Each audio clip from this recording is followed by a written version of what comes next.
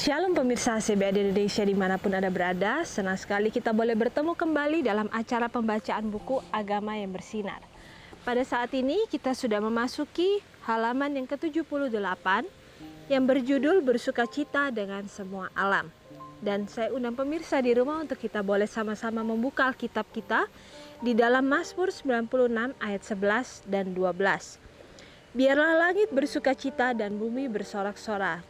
Biarlah gemuruh laut serta isinya, biarlah beria-ria padang dan segala yang di atasnya. Maka segala pohon di hutan bersorak-sorai. Dan kita masuk dalam pokok pembacaannya. Tuhan ingin agar anak-anaknya menghargai karyanya dan menikmati keheningan, keindahan yang sederhana, yang merupakan ornamen hiasan Tuhan bagi rumah kita di bumi. Tertulis dalam buku Langkah kepada Kristus halaman 146. Jadi bagaimana di sini kita diingatkan kembali bahwa Tuhan itu menginginkan supaya kita anak-anaknya itu menghargai karya daripada tangan daripada Tuhan sendiri. Dan kita tahu bahwa karya daripada Tuhan itu kita bisa nikmati melalui alam, melalui bunga-bunga, melalui burung-burung ataupun binatang-binatang yang lainnya yang Tuhan sudah berikan yang boleh menambahkan sukacita dalam kehidupan kita. Dan di sini juga dikatakan bahwa itu adalah ornamen hiasan yang Tuhan berikan bagi kita yang mempunyai rumah di bumi ini. Jadi bagaimana kita tahu selama kita tinggal di bumi ini itu masih ada pemberian ataupun hiasan-hiasan yang Tuhan titipkan bagi kita untuk memperindah rumah kita. Dan salah satunya ketika kita tinggal di country living, kita bisa menikmati alam yang Tuhan sudah ciptakan. Dan di saat itulah kita akhirnya lebih mengenal kasih dan karakter Tuhan, yang dikatakan bahwa karakter Tuhan itu adalah indah dan sempurna. Kita tahu bahwa melalui bunga-bunga, melalui binatang-binatang kita bisa banyak mempunyai pembelajaran dalam kehidupan kita. Dan melalui hal-hal tersebutlah kita diajarkan lebih bersyukur dan lebih bergantung kepada Tuhan, karena kita bisa mempelajari berbagai hal melalui hal tersebut.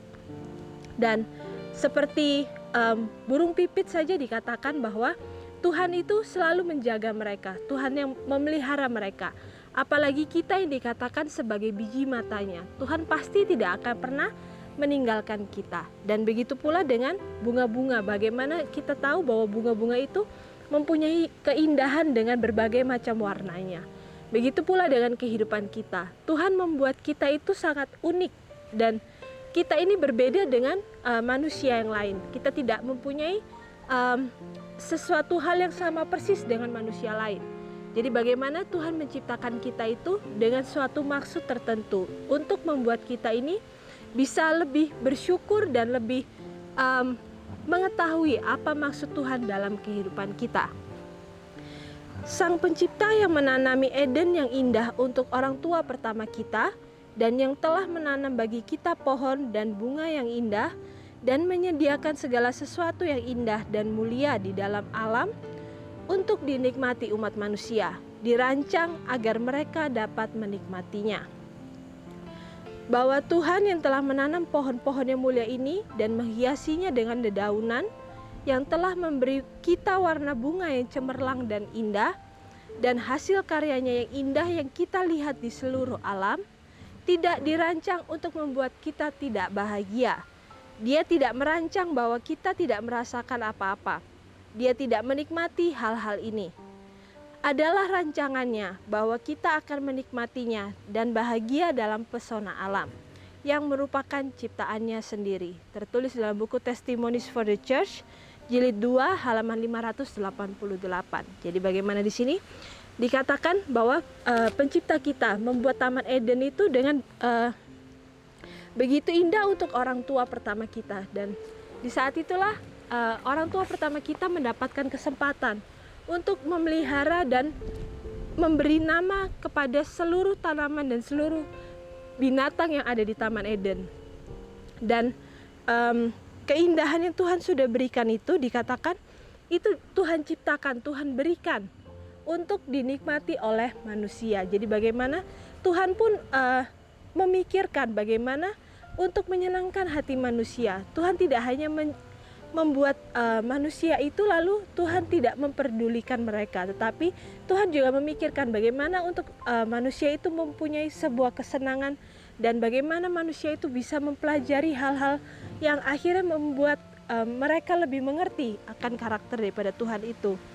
Dan di sini juga dikatakan bahwa Tuhan telah menanam pohon-pohon yang mulia ini dan menghiasinya dengan dedaunan yang telah memberi kita warna bunga yang cemerlang dan indah. Jadi bagaimana di sini dikatakan bahwa setiap pohon, setiap tanaman-tanaman itu Tuhan berikan dedaunan dan Tuhan juga berikan bunga-bunga yang dikatakan mempunyai warna yang cemerlang dan indah. Jadi kita tahu bahwa melalui hal tersebut Tuhan pun menginginkan supaya keindahan yang ada di surga itu boleh kita rasakan meskipun kita belum berada di surga, tetapi kita tahu bahwa hal yang ada di dunia ini pun itu juga Tuhan sudah rancangkan untuk menjadi sukacita bagi manusia. Dan di sini juga dikatakan bahwa hal tersebut tidak dirancang untuk membuat kita tidak bahagia. Jadi bagaimana di sini kita kembali diingatkan bahwa kebahagiaan kita itulah yang menjadikan fokus daripada Tuhan ini, dan dikatakan bahwa kebahagiaan kita itu hendaklah kita pergunakan dengan sebaik-baiknya. Bagaimana berkat yang Tuhan sudah berikan yang membuat kita sukacita, itu membuat kita akhirnya lebih bersyukur kembali kepada Tuhan. Dan kita akhirnya lebih kembali kepada Tuhan karena kita melihat bagaimana kasih dan penyertaan Tuhan itu dalam kehidupan kita. Jadi bukan hanya kita mau untuk senang-senangnya saja bersama Tuhan, tetapi apa juga yang kita mau berikan kepada Tuhan. Jadi bagaimana di sini kita kembali diingatkan bahwa alam yang sudah Tuhan berikan ini, yang Tuhan sudah titipkan ini untuk kita bisa nikmati dengan pesona alamnya itu, hendaklah kita nikmati dengan semaksimal mungkin. Dan juga ketika kita sudah merasakan berkat-berkat dan pemeliharaan daripada Tuhan, apakah yang mau kita berikan kepadanya? Apakah kita mau memberikan hidup kita, pikiran kita hanya kepada Tuhan saja, ataukah kita masih mau mencari-cari hal-hal duniawi yang membuat kita semakin jauh daripada Tuhan dan akhirnya membuat kita tidak merasa bahwa kasih Tuhan itu yang sudah Tuhan berikan, pemeliharaan Tuhan itu, akhirnya kita lihat itu sebatas itu hal yang biasa saja atau itu memang layak untuk kita dapatkan. Tetapi di sini kita diingatkan kembali bahwa seperti tanaman-tanaman, seperti bunga-bunga, binatang-binatang yang Tuhan sudah pelihara, begitu pula lah kehidupan kita. Hendaklah kita selalu sadar bahwa kehidupan kita ini mempunyai suatu maksud, mempunyai suatu visi dan misi. Bagaimana kita pun juga diinginkan oleh Tuhan untuk kita menjalankan visi dan misi yang Tuhan sudah berikan. Bagaimana melalui kehidupan Tuhan Yesus ketika Ia berada di dunia ini, Ia sudah memberikan kepada kita berbagai macam contoh dalam kehidupannya, dan itu yang membuat kita mempunyai suatu pedoman dalam kehidupan kita. Bagaimana kita diajarkan untuk kita juga melayani orang lain. Bukan kita hanya mau menerima saja, tetapi kita juga mau melayani orang lain.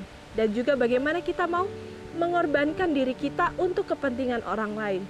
Jadi melalui kehidupan daripada Yesus itu sendiri, kita pun boleh belajar bagaimana untuk mempunyai visi dan misi yang seturut dengan kehendak Tuhan, terutama dalam kehidupan kita yang berada di akhir zaman ini. Kita manusia-manusia yang hidup di detik-detik daripada penutupan akhir zaman. Kita tahu bahwa penghakiman saat ini sedang berlangsung. Dan apakah kita masih mau untuk berleha-leha, senang-senang saja memikirkan segala kesenangan duniawi saja? Ataukah kita mau untuk memperbaiki diri kita hari demi hari, sehingga kita pun kembali bisa didapati layak oleh Tuhan saat penghakiman nanti, dan kita bisa menyambut Tuhan dalam keadaan hidup pada waktu kedatangan Tuhan yang kedua kali. Dan kita lanjutkan. Biarkan saya menikmati keindahan kerajaan Tuhan. Biarkan saya menikmati lukisan-lukisan yang diwarnai oleh jari-jarinya sendiri. Saya mungkin menikmatinya, Anda dapat menikmatinya. Kita mungkin tidak dapat menyembahnya, tetapi melaluinya kita dapat diarahkan kepadanya. Dan lihatlah kemuliaan yang menjadikan semua ini untuk kesenangan kita. Testimonies for the Church, jilid 2 halaman 592. Jadi bagaimana di sini dikatakan bahwa lukisan-lukisan yang Tuhan berikan, yaitu keindahan alam yang Tuhan berikan, itu untuk saya nikmati dan juga Anda nikmati. Dan begitu pula dengan kehidupan kita. Apakah kehidupan kita ini juga bisa menjadikan contoh yang bisa dinikmati oleh lingkungan di sekitar kita? Apakah melalui kehidupan kita orang-orang bisa melihat kasih Tuhan dalam kehidupan mereka, sehingga mereka pun boleh merasakan berkat dan pemeliharaan yang Tuhan berikan yang ada dalam kehidupan kita, sehingga dalam kehidupan mereka pun mereka juga boleh merasakan sukacita bagaimana hidup dan mengenal dan juga berjalan bersama dengan Tuhan. Jadi bagaimana dalam kehidupan kita, hendaklah kita juga boleh menjadi berkat bagi orang-orang yang ada di lingkungan sekitar kita. Kita boleh menjadi lukisan daripada Tuhan itu. Kita boleh menghidupkan karakter Tuhan dalam kehidupan kita. Itu kita tahu bahwa itu bukanlah suatu hal yang mudah. Tetapi firman Tuhan meyakinkan kembali kepada kita bahwa setiap hal yang kita mau dengan tulus kita lakukan, kita bisa datang kepada Tuhan. Kita bisa meminta Dia untuk mempunyai sebuah kekuatan, sebuah kemampuan, dan Tuhan pasti akan menambahkannya. Kita mungkin tidak bisa melakukannya secara instan, tetapi hari demi hari kita bisa melakukan perbaikan dalam diri kita masing-masing, sehingga dalam kehidupan kita pun akhirnya bisa lebih menghidupkan karakter Tuhan itu, dan kita akhirnya boleh menjadi berkat bagi orang-orang yang ada di lingkungan sekitar kita. Dan sampai di sini acara pembacaan kita pada saat ini, dan sampai bertemu kembali dalam acara pembacaan-pembacaan yang selanjutnya. Shalom, Tuhan memberkati.